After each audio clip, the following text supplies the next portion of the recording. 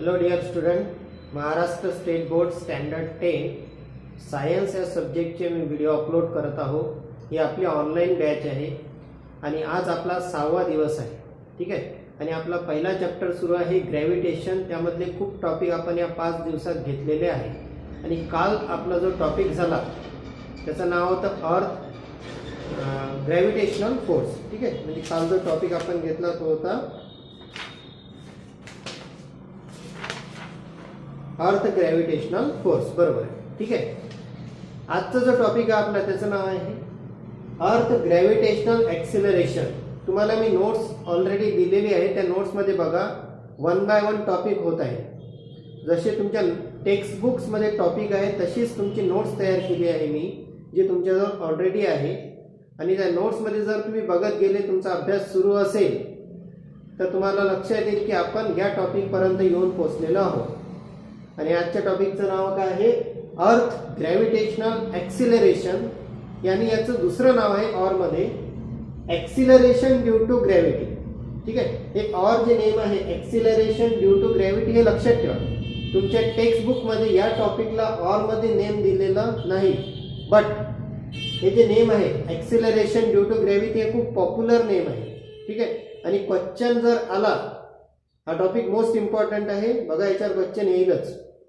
आणि क्वेश्चन जर आला तर या नावाने येईल कधी, ॲक्सिलरेशन ड्यू टू ग्रॅव्हिटी, म्हणून कन्फ्यूज नाही व्हायचं की आपल्या बुक मध्ये दिलेला आहे अर्थ ग्रॅव्हिटेशन ॲक्सिलरेशन आणि एक्झाम मध्ये जर आपल्याला विचारलं explain the acceleration due to gravity, तर याच टॉपिकचा दुसरा नेम आहे ॲक्सिलरेशन ड्यू टू ग्रॅव्हिटी। ठीक आहे, क्लिअर झाला आता? तर आपण हा टॉपिक सुरू करू। बघा या टॉपिकचा कॉन्सेप्ट काय, खूप इझी। ठीक आहे, बघा ॲक्सिलरेशन ड्यू टू ग्रॅव्हिटी म्हणजे काय? बघा, earth exerts a gravitational force on body near to it. Earth exerts a gravitational force on a body near to it, म्हणजे अर्थ त्याच्या जवळ असणाऱ्या ऑब्जेक्टवर किंवा बॉडीवर काय करते? ग्रॅव्हिटेशनल फोर्स अप्लाय करते। हे आपण आधीच शिकलो आहे ग्रॅव्हिटेशन टॉपिक मध्ये आणि काल पण आपण बघितलं। ठीक आहे, तर अर्थ त्याच्या जवळ असणाऱ्या ऑब्जेक्टवर किंवा बॉडीवर ग्रॅव्हिटेशनल फोर्स अप्लाय करते। ठीक आहे, फॉर एक्झाम्पल जर हा चॉक आहे आणि चॉक जर मी सोडला त्याच्यावर काय झाला? ग्रॅव्हिटेशनल फोर्स अप्लाय झाला। कोणाकडून? अर्थकडून, कारण हा जो चॉक आहे अर्थच्या जवळ होता। जसा मी उभा आहो, मी एक ऑब्जेक्ट आहो, तुम्ही उभे आहात, तुम्ही बसलेले आहात, तर तुम्ही अर्थच्या जवळ आहात, तर अर्थ तुमच्यावर काय करते? ग्रॅव्हिटेशनल फोर्स एक्सर्ट करते, म्हणजे तुमच्यावर ग्रॅव्हिटेशनल फोर्स काय करते? अप्लाय करते। आता बघा, न्यूटनचा जो सेकंड लॉ आहे मोशनचा, according to the second law of the motion of Newton, न्यूटनच्या सेकंड लॉ ऑफ मोशनच्या नुसार न्यूटन काय म्हणतो? When we apply a force on a body, जेव्हा आपण एखाद्या बॉडीवर काय करतो? फोर्स अप्लाय करतो। When we apply a force on a body it result acceleration, म्हणजे काय म्हणून राहिला? प्रॉपर मी तुम्हाला लॉ सांगतो। A force acting on a body result in it's acceleration. A force acting on a body result in its acceleration, म्हणजे न्यूटनचा second law of motion काय म्हणून राहिला? जर एखाद्या बॉडीवर तुम्ही फोर्स अप्लाय करत आहात किंवा एखाद्या बॉडीवर फोर्स अप्लाय होत असेल, एखाद्या ऑब्जेक्टवर फोर्स अप्लाय होत असेल, तर तो ऑब्जेक्ट किंवा ती बॉडी काय होते? ॲक्सिलरेट होते। काय म्हणत आहोत मी? न्यूटनचा सेकंड लॉ ऑफ मोशन काय आहे? जर एखाद्या बॉडीवर फोर्स अप्लाय होत असेल किंवा एखाद्या ऑब्जेक्टवर फोर्स अप्लाय होत असेल, तर ती बॉडी किंवा तो ऑब्जेक्ट काय होतो? ॲक्सिलरेट होतो। म्हणजे काय? ठीक आहे, बघा तुम्हाला मी एक्झाम्पल देऊन सांगतो। 2 एक्झाम्पल मी तुम्हाला देतो, तुम्हाला त्याच्यावर न्यूटनचा सेकंड लॉ ऑफ मोशन ही लक्षात येऊन जाईल। एखादा व्यक्ती उभा आहे, ठीक आहे, एखादा पर्सन उभा आहे। जेव्हा तो उभा आहे तर त्याची व्हेलॉसिटी काय आहे? 0 आहे। त्याची इनिशियल व्हेलॉसिटी म्हणजे त्याची सुरुवातीची व्हेलॉसिटी काय आहे? 0 आहे। आणि त्या व्यक्तीला सडनली तुम्ही मागून धक्का दिला, त्या व्यक्तीला तुम्ही काय केलं? सडनली मागून जोराने धक्का दिला।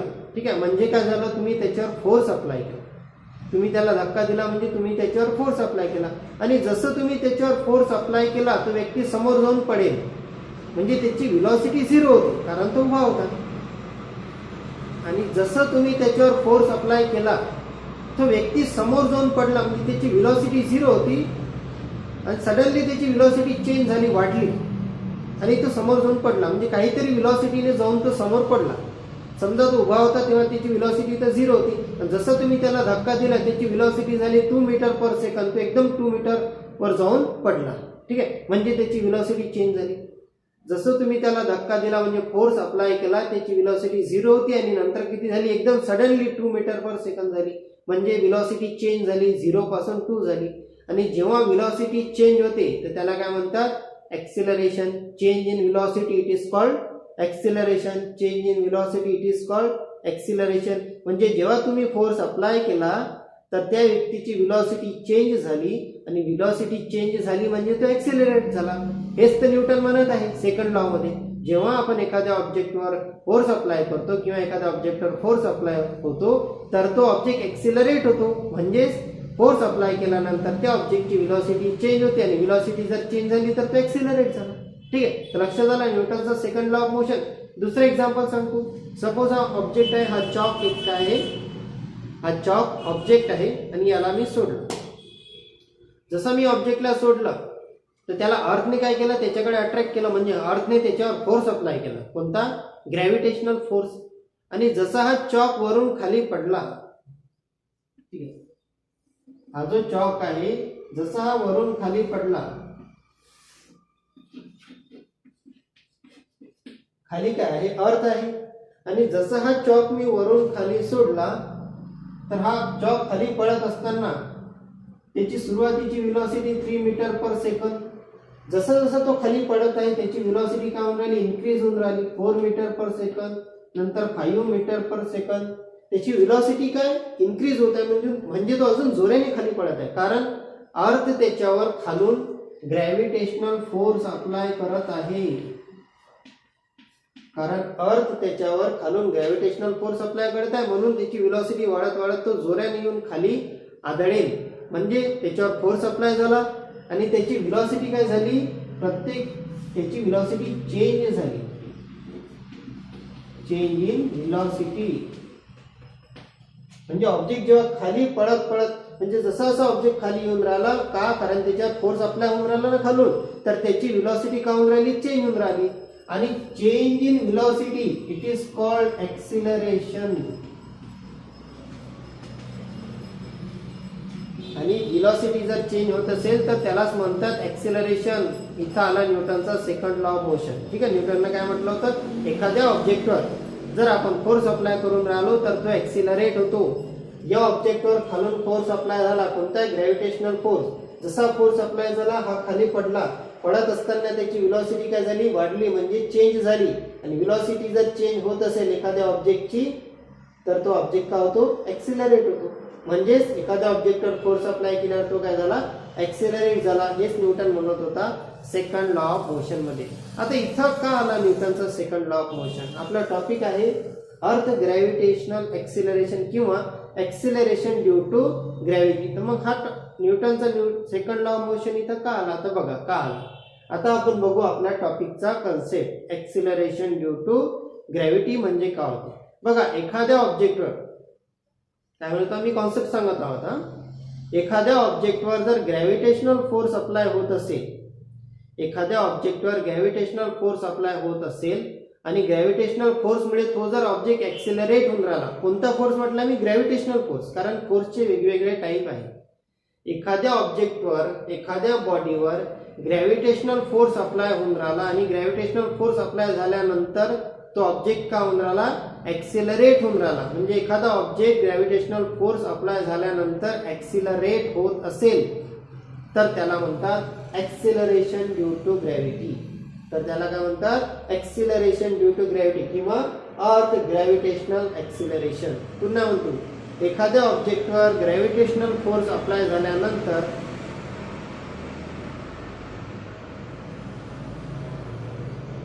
एखाद्या ऑब्जेक्टवर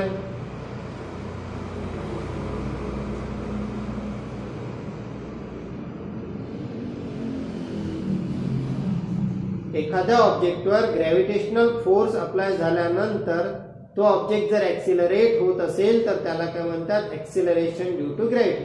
प्रॉपर टर्म सांगतो मी तुम्हाला. बघा, दस द ग्रॅव्हिटेशनल फोर्स, आपल्या नोट्स मधलेच पॉइंट मी सांगत आहोत तुम्हाला. Thus the gravitational force due to the earth, अर्थ मुळे ग्रॅव्हिटेशनल फोर्स काय होत असेल, अप्लाय होत असेल ऑन अ बॉडी.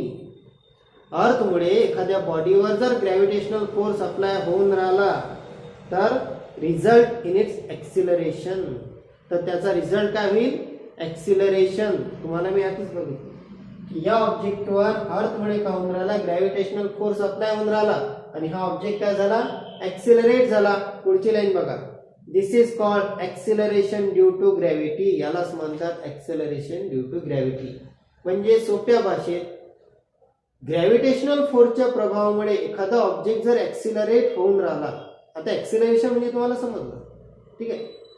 एक्सिलरेशन म्हणजे ऑब्जेक्टची व्हेलॉसिटी काय होत असेल, चेंज होत असेल तर त्यालाच म्हणतात एक्सिलरेशन, ठीक आहे. मी एक्झाम्पल वरून पुन्हा सांगेन. तर बघा, ग्रॅव्हिटेशनल फोर्सच्या प्रभावामुळे जर एखादा ऑब्जेक्ट एक्सिलरेट होऊन राहिला असेल तर त्याला म्हणतात एक्सिलरेशन ड्यू टू ग्रॅव्हिटी किंवा अर्थ ग्रॅव्हिटेशनल एक्सिलरेशन. एक्झाम्पल बघा, हा चॉक, हा काय चॉक, जसा मी एखाद्या माझ्या बिल्डिंगवर किंवा टेरिसवर जाऊन जर हा चॉक मी खाली सोडला तर या चॉकवर कोणता फोर्स अप्लाय होईल, खालून ग्रॅव्हिटेशनल फोर्स अप्लाय होईल.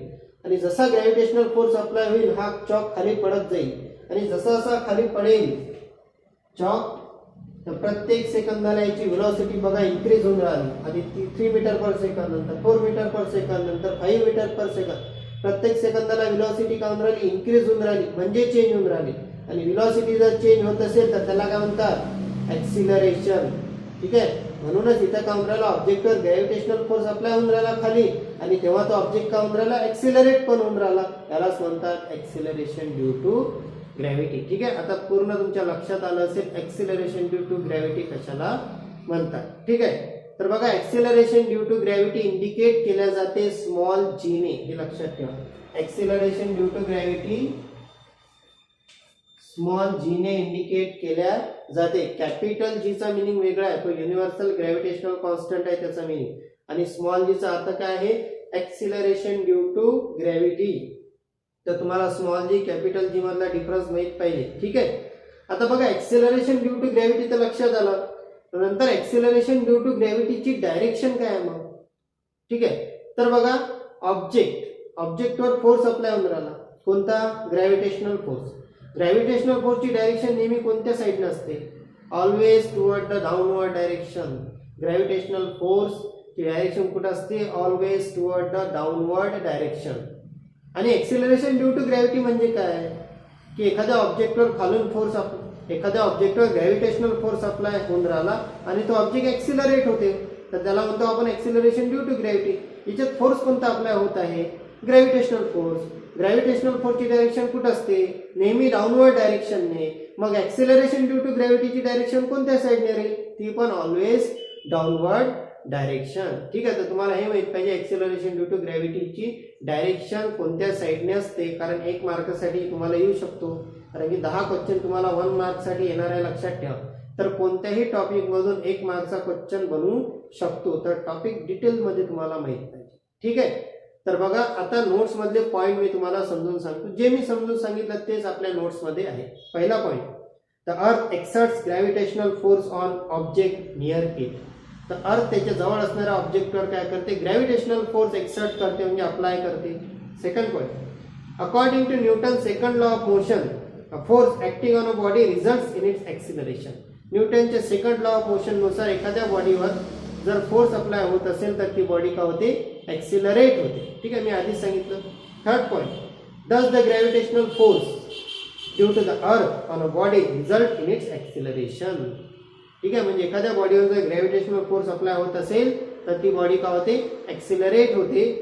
Next point, this is called acceleration due to gravity. त्यालाच काय म्हणतात, एक्सिलरेशन ड्यू टू ग्रॅव्हिटी, जे मी तुम्हाला आधी सांगितलं. And it is denoted by small G. आणि ते कशाने डिनोट केले जाते, स्मॉल जी. हे पण फिल इन द ब्लँक मध्ये विचारू शकते, कारण स्मॉल जी कॅपिटल जी दोघांचा मिनिंग वेगळा आहे. नंतर, acceleration is a vector quantity because it has a acceleration. हा पॉइंट थोडा आपल्याला काय करायला लागेल, करेक्ट करायला लागेल, ठीक आहे. नोट्स मध्ये हा पॉइंट थोडा मला मिस्टेक वाटून राहिला. तर पुढचा पॉइंट बघा, as the gravitational force on any object due to the earth is directed toward the center of the earth. तर ग्रॅव्हिटेशनल फोर्स कोणत्या ऑब्जेक्टवर अप्लाय होतो म्हणजे अर्थ कोणत्या ऑब्जेक्टला त्याच्या सेंटरकडे अट्रॅक्ट करते हे आपण कालच्याच टॉपिक मध्ये बघितलं. म्हणूनच ऑब्जेक्ट व्हर्टिकली डाऊनवर्ड डायरेक्शनने आढळतो, कारण अर्थ कोणत्याही ऑब्जेक्टला त्याच्या स्वतःच्या अर्थ कोणत्याही ऑब्जेक्टला त्याच्या सेंटरकडे अट्रॅक्ट करते. ठीक आहे. The direction of the acceleration due to gravity is also directed toward the centre of the earth. म्हणून एक्सेलरेशन ड्यू टू ग्रॅव्हिटीची पण डायरेक्शन कुठे राहील तर अर्थच्या सेंटरकडेच राहील, कारण ग्रॅव्हिटेशनल फोर्सची डायरेक्शन कुठे असते toward the centre of the अर्थ. त्यामुळे एक्सेलरेशन ड्यू टू ग्रॅव्हिटीची पण डायरेक्शन कुठे राहील toward the centre of the अर्थ. लक्षात ठेवा. ठीक आहे. That is vertically downward. म्हणजे याचा अर्थ काय झाला व्हर्टिकली डाऊनवर्ड. ठीक आहे. तर तुम्हाला लक्षात आलं असेल आता अर्थ ग्रॅव्हिटेशनल एक्सेलरेशन म्हणजे काय किंवा acceleration due to gravity most important topic आहे, याच्यावर क्वेश्चन येईलच, लक्ष ठेवा. ठीक आहे. तर बाकी नेक्स्ट टॉपिक आपण उद्या बघू. ठीक आहे. तुमचा अभ्यास चालू ठेवा. काहीही अडचण आल्यास आपला जो व्हॉट्सअप ग्रुप आहे Sai academy class 10 Sai academy हा जो आपला व्हॉट्सअप ग्रुप आहे त्याच्यावर मेसेज करा, मला कॉल करा, व्हिडिओ कॉल ऑडिओ कॉल करा, मी तुम्हाला पुन्हा समजून देईन काही अडचण असल्यास. ठीक आहे. थँक्यू.